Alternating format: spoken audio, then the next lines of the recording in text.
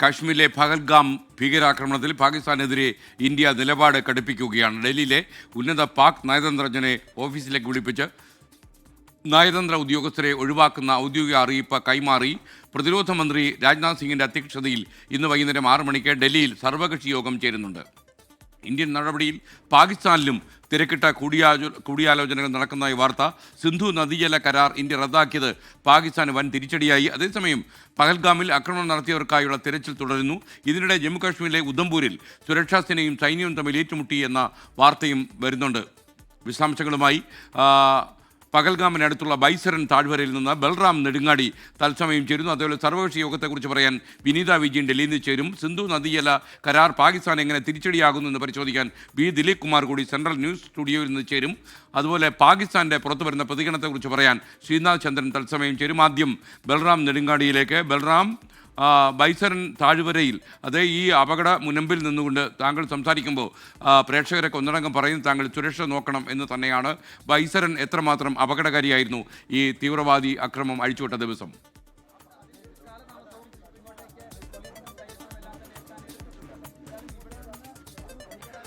SKN ഈ ഭീകരാക്രമണം നടന്ന രാജ്യത്തെ നടുക്കിയ ഭീകരാക്രമണം നടന്ന ഗ്രൗണ്ട് സീറോ ബൈസരനിലെ താഴ്വരയിലാണ് ഞാനിപ്പോൾ ഉള്ളത്. നമ്മൾ കാണുന്ന ദൃശ്യങ്ങൾ ആ ഭീകരാക്രമണം നടന്ന് അടുത്ത നിമിഷങ്ങളിൽ സമൂഹ മാധ്യമങ്ങളിൽ പ്രചരിച്ച ആ താഴ്വരയുടെ ദൃശ്യങ്ങളാണ്. മനോഹരമായ താഴ്വര, ഈ മിനി സ്വിറ്റ്സർലാൻഡ് എന്നറിയപ്പെടുന്ന താഴ്വര. ഈ താഴ്വരയിലാണ് ഒരു കുരുതിക്കളമാക്കി ആ ഭീകരവാദികൾ മാറ്റിയത്. നിഷ്കളങ്കരായ 26 പേരെ അവർ വിനോദസഞ്ചാരത്തിനായി എത്തിയ നിഷ്കളങ്കരെ അവരുടെ വിവരങ്ങൾ ചോദിച്ചറിഞ്ഞ ശേഷം വെടിവെച്ച് കൊലപ്പെടുത്തുകയായിരുന്നു ആ ഭീകരർ. ആ സംഭവം നടന്നത്, കിരാതമായ ആ സംഭവം നടന്നത് ഈ ബൈസരൻ താഴ്വരയിലാണ്. ഇവിടെ ഇപ്പോഴും സേനാ വലയത്തിലാണ് പൂർണ്ണമായും. ഇത് ഒരു ക്രൈം സ്പോട്ടാണ് എന്നതുകൊണ്ട് തന്നെ ഇവിടേക്ക് നിയന്ത്രണങ്ങളോടെ മാത്രമാണ് പ്രവേശനമുള്ളത്. ആ താഴ്വരയ്ക്ക് അപ്പുറത്ത് ദൃശ്യങ്ങളിൽ കാണാം ഈ സൈനികരുടെ പശ്ചാത്തലത്തിൽ കാണുന്ന വനമേഖല, പൈൻ മരങ്ങൾ നിറഞ്ഞ വനമേഖലയിൽ നിന്നാണ് ആ ഭീകരവാദികൾ വന്നതും ഇപ്പോൾ നമ്മൾ ഉള്ള ഈ ഗേറ്റിന് സമീപത്തുള്ള ഈ സ്പോട്ടിലേക്ക് വെടി ഉതിർത്തതും ഇവിടെയുള്ള ആളുകളെ കൊലപ്പെടുത്തിയിട്ടത് ഈ പുൽമൈതാനത്തായിരുന്നു. അതിനുശേഷം, ആക്രമണത്തിന് ശേഷം ഇവർ കടന്നു കളഞ്ഞതും ഇതേ വനമേഖലയിലേക്കാണ്. അവർക്ക് വേണ്ടിയുള്ള തെരച്ചിൽ ഇപ്പോഴും വനമേഖലയിൽ ഊർജിതമായി പുരോഗമിക്കുകയാണ്. നമ്മൾ 3ാമത്തെ ശ്രമത്തിലാണ് ഇവിടേക്ക് എത്തിയത്. 3 വഴികൾ ഈ ബൈസരനിലേക്ക് എത്തിച്ചേരാനുണ്ട്. 2 എണ്ണം അത് കൃത്യമായി കുതിരകൾക്ക് മാത്രം വരാനുള്ള മാർഗമാണ്, 1 നടന്നു വരാനുള്ള മാർഗമാണ്. ഒടുവിലാണ് നമുക്ക് 3ാമത്തെ ഘട്ടത്തിൽ ഇവിടെ എത്തിച്ചേരാൻ കഴിഞ്ഞത്. ഈ ബൈസരൻ പിക്നിക് സ്പോട്ട്, ഇവിടെ എൻട്രി ഫീ ഉൾപ്പെടെയുള്ള വിവരങ്ങൾ എഴുതി വെച്ചിരിക്കുന്നു. മുതിർന്നവർക്ക് 35 രൂപ, കുട്ടികൾക്ക് 12 വയസ്സിൽ കുറവുള്ളവർക്ക് 15 രൂപ. ഈ ഒരു സ്പോട്ടിലേക്ക് പ്രതിദിനം 10,000-ഓളം പേർ കഴിഞ്ഞ 1 മാസമായി എത്തിക്കൊണ്ടിരിക്കുന്നതിനിടെയാണ് ഇത്തരത്തിൽ ഒരു ആക്രമണം ഉണ്ടായത്. ഇപ്പോൾ കാണുന്ന ദൃശ്യങ്ങൾ എന്നുള്ളത് ഉന്നത സൈനിക ഉദ്യോഗസ്ഥർ അടക്കമുള്ളവർ ഇപ്പോൾ പരിശോധനയ്ക്കായി ഇവിടെ എത്തിച്ചേരുന്നുണ്ട്. അവർക്ക് വേണ്ടി ഇപ്പോൾ സുരക്ഷാ സേന താൽക്കാലികമായി ഇവിടേക്ക് ആരെയും പ്രവേശിപ്പിക്കുന്നില്ല.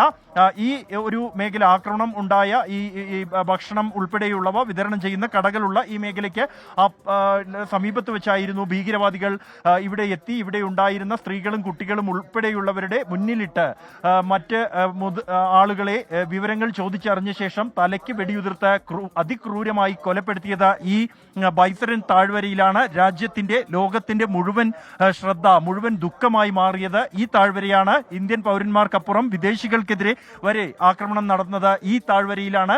ഇവിടെ ശക്തമായ സുരക്ഷാ ക്രമീകരണങ്ങൾ ഇവിടെ ഉണ്ട്. നിലവിലിപ്പോൾ CRPFന്റെ പൂർണ്ണ നിയന്ത്രണത്തിലാണ് ഈ താഴ്വരയിലെ ഈ ക്രൈം സ്പോട്ട്. മറ്റാർക്കും തന്നെ ഇവിടേക്ക് പ്രവേശനം ഇല്ല.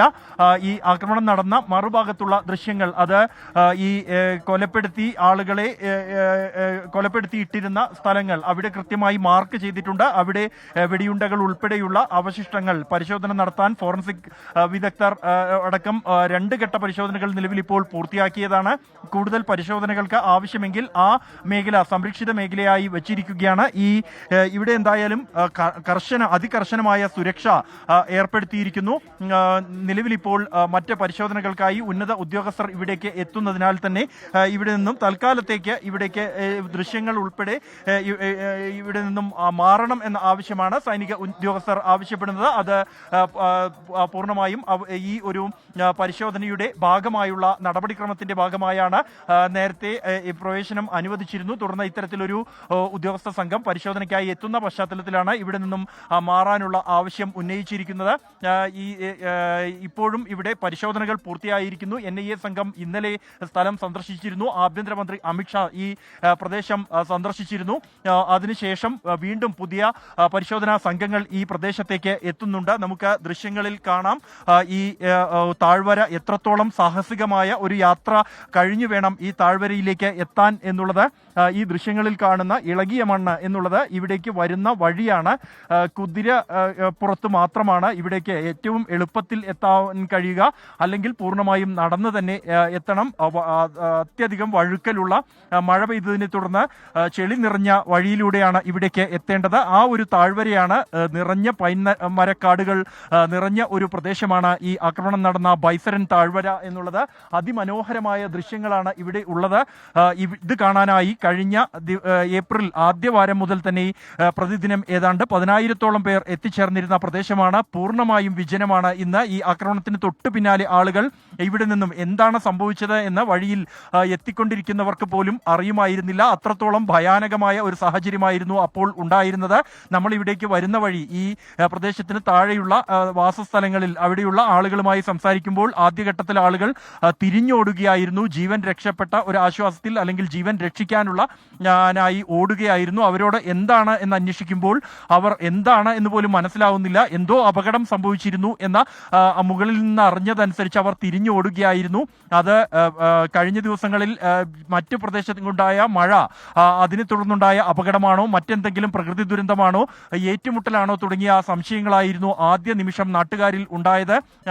ഏറ്റുമുട്ടൽ ഉണ്ടായി ഭീകരവാദികളും സൈന്യവും തമ്മിൽ എന്ന തരത്തിലുള്ള അഭ്യൂഹമായിരുന്നു ആദ്യ സമയത്ത് ഇവിടെ പടർന്നത്. തുടർന്ന് അത്തരത്തിലുള്ള നാട്ടുകാർ കരുതിയിരിക്കുന്നതിനിടെയാണ് വലിയൊരു ഭീകരാക്രമണം തന്നെ ഇവിടെ നടന്നിരിക്കുന്നു എന്നും തങ്ങളുടെ ജീവിതം തന്നെ തകർക്കുന്ന തരത്തിലുള്ള ഒരു ഇടപെടൽ ഭീകരവാദികളുടെ ഭാഗത്തു നിന്നും ഉണ്ടായിരിക്കുന്നു എന്നും നാട്ടുകാർ അറിയുന്നത്. ഇവിടെ കാണുന്ന ഈ കടകൾ ഇതെല്ലാം തന്നെ താൽക്കാലികമായി ഉള്ള കടകളാണ്. താൽക്കാലികമായി ഷെഡുകൾ കെട്ടി കച്ചവട കേന്ദ്രങ്ങളാക്കി മാറ്റിയതാണ്. ഇത് ഇവിടെ എത്തുന്ന സന്ദർശകരെ മാത്രം ഉദ്ദേശിച്ച് അവർക്ക് ഭക്ഷണം ഉൾപ്പെടെ തയ്യാറാക്കി വിതരണം ചെയ്യുന്ന കടകളാണ്. ഈ കടകളെല്ലാം അടഞ്ഞു കിടക്കുന്നു. അവിടെയുള്ള സാധന സാമഗ്രികൾ പൂർണ്ണമായും ഉപേക്ഷിച്ച് ആണ് ആളുകൾ പോയിരിക്കുന്നത്. നമുക്ക് കാണാം ഈ ആ അപകടമുണ്ടായത് അല്ലെങ്കിൽ ആ ആക്രമണം ഉണ്ടായതിന് പിന്നാലെ മുഴുവൻ സാമഗ്രികളും ഇവിടെ ഉപേക്ഷിച്ച ആളുകൾ ഓടി രക്ഷപ്പെട്ടിരിക്കുകയാണ്. ഗ്യാസ് സിലിണ്ടറുകൾ ഉൾപ്പെടെയുള്ളവ ഈ പ്രദേശത്ത് ഉപേക്ഷിക്കപ്പെട്ട നിലയിൽ ഈ കടകളിലെ ആളുകൾ ഉപേക്ഷിച്ച് പോയിരിക്കുകയാണ്. അവർ പിന്നീട് ഇവിടേക്ക് മടങ്ങിയെത്തിയിട്ടില്ല.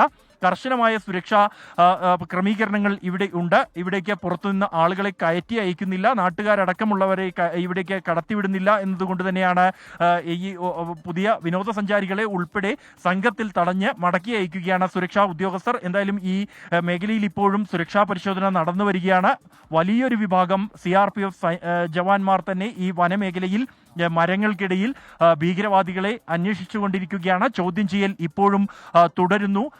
ഈ കഴിഞ്ഞ ദിവസം ഇന്നലെ ഏതാണ്ട് 100-ലേറെ പേരെ ചോദ്യം ചെയ്തിട്ടുണ്ട് ജമ്മു കശ്മീർ പോലീസ്. അതിൽ നിന്നും ഭീകരവാദികളെ സംബന്ധിച്ചുള്ള ചില നിർണായക വിവരങ്ങൾ ലഭിച്ചതായാണ് വിവരം. ഇന്നും ചോദ്യം ചെയ്യൽ സമാനമായി തന്നെ തുടരുകയാണ്. ഒപ്പം തന്നെ മറ്റിടങ്ങളിലും ഈ ഭീകരർക്ക് വേണ്ടിയുള്ള തെരച്ചിലും ഊർജിതമായി പുരോഗമിക്കുകയാണ്. ഭീകരവാദ സാന്നിധ്യം സംസ്ഥാനത്ത് പലയിടങ്ങളിലായി ഉണ്ട് എന്നുള്ള റിപ്പോർട്ടുകൾ സുരക്ഷാ സേനയ്ക്ക് ലഭിച്ചിരുന്നു. അതനുസരിച്ചുള്ള പരിശോധനകൾ പുരോഗമിക്കുകയാണ്.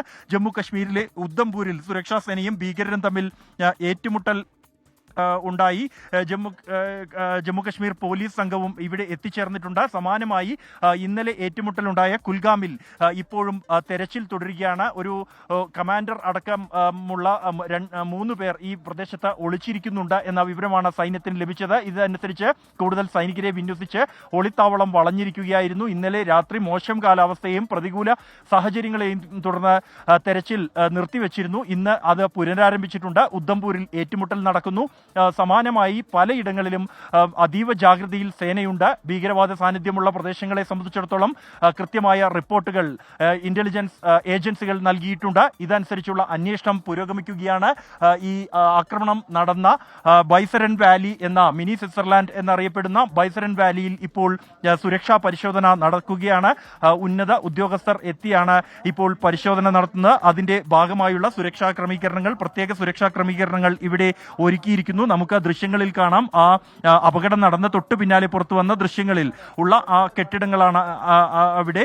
ഈ ഒരു പച്ചപ്പുൽ മൈതാനത്താണ് പലയിടങ്ങളിലായി മൃതദേഹങ്ങൾ ചിതറിക്കിടന്നിരുന്നത്. ഭീകരവാദികൾ ഈ ആളുകളെ അടുത്തെത്തി വിവരങ്ങൾ ചോദിച്ചറിഞ്ഞ ശേഷം അവരെ അതിക്രൂരമായി കൊലപ്പെടുത്തിയത് ഈ മൈതാനത്തിട്ടാണ്. ആ ദിവസം മിനിഞ്ഞാന്ന് ഈ ഒരു പച്ചപ്പുൽ മൈതാനം ഒരു ചോരക്കളമായി മാറിയതായിരുന്നു. 26 പേരുടെ ജീവനാണ് ഈ ഒരു മൈതാനത്ത് വെച്ച് ഈ ഭീകരർ കവർന്നെടുത്തത്. ആ ഭീകരർക്ക് തക്കതായ മറുപടി നൽകണം എന്ന ആവശ്യം ശക്തമാണ്. ഇതിന്റെ തുടർ നടപടികൾ പ്രദേശത്തെ ജനങ്ങൾക്ക് ആത്മവിശ്വാസം നൽകുന്നതിന് ആവശ്യമായ നടപടികൾ ഉൾപ്പെടെയുള്ളവ ഇക്കാര്യങ്ങൾ ചർച്ച ചെയ്യുന്നതിനായി ജമ്മു കശ്മീർ മുഖ്യമന്ത്രി ഒമർ അബ്ദുള്ള ഇന്ന് സർവകക്ഷി യോഗം വിളിച്ചിട്ടുണ്ട്. ഇന്ന് ഉച്ചയ്ക്ക് ശേഷമാണ് ഈ സർവകക്ഷി യോഗം ചേരുക. ഈ യോഗത്തിൽ വെച്ച് നിലവിലുള്ള സാഹചര്യങ്ങൾ, സുരക്ഷാ ക്രമീകരണങ്ങൾ അടക്കമുള്ളവ വിശദമായി തന്നെ ചർച്ച ചെയ്യും. ഒപ്പം തന്നെ ജനങ്ങളുടെ ജീവിതത്തെ ബാധിക്കുന്ന തരത്തിൽ, അവരുടെ ഉപജീവന മാർഗത്തെ തകർക്കുന്ന തരത്തിലാണ് ഈ ഭീകരാക്രമണം ഉണ്ടായിരിക്കുന്നത്. അതിന് എന്ത് നടപടി ചെയ്യാൻ കഴിയും, ജനങ്ങളിൽ ആത്മവിശ്വാസം പകരാൻ ഏത് തരത്തിൽ കഴിയും എന്നതടക്കമുള്ള കാര്യങ്ങൾ ചർച്ച ചെയ്യുന്നതിനായാണ് ഉമർ അബ്ദുള്ള യോഗം വിളിച്ചു ചേർത്തിരിക്കുന്നത്. ബൈസരൻ വാലിയിൽ ഇപ്പോഴും കനത്ത സുരക്ഷാ വലയത്തിലാണ്. അവിടെ പരിശോധന തുടരുകയാണ്. എസ്.കെ. Okay, thank you. നിരപരാധികളുടെ രക്തം വീണ് കുതിർന്ന ബൈസൺ താഴ്വരയിൽ നിന്നാണ് ബൽറാം നെടുങ്ങാടി നേരിട്ട് നമ്മോട് ഈ കാര്യങ്ങളെല്ലാം പറഞ്ഞത്.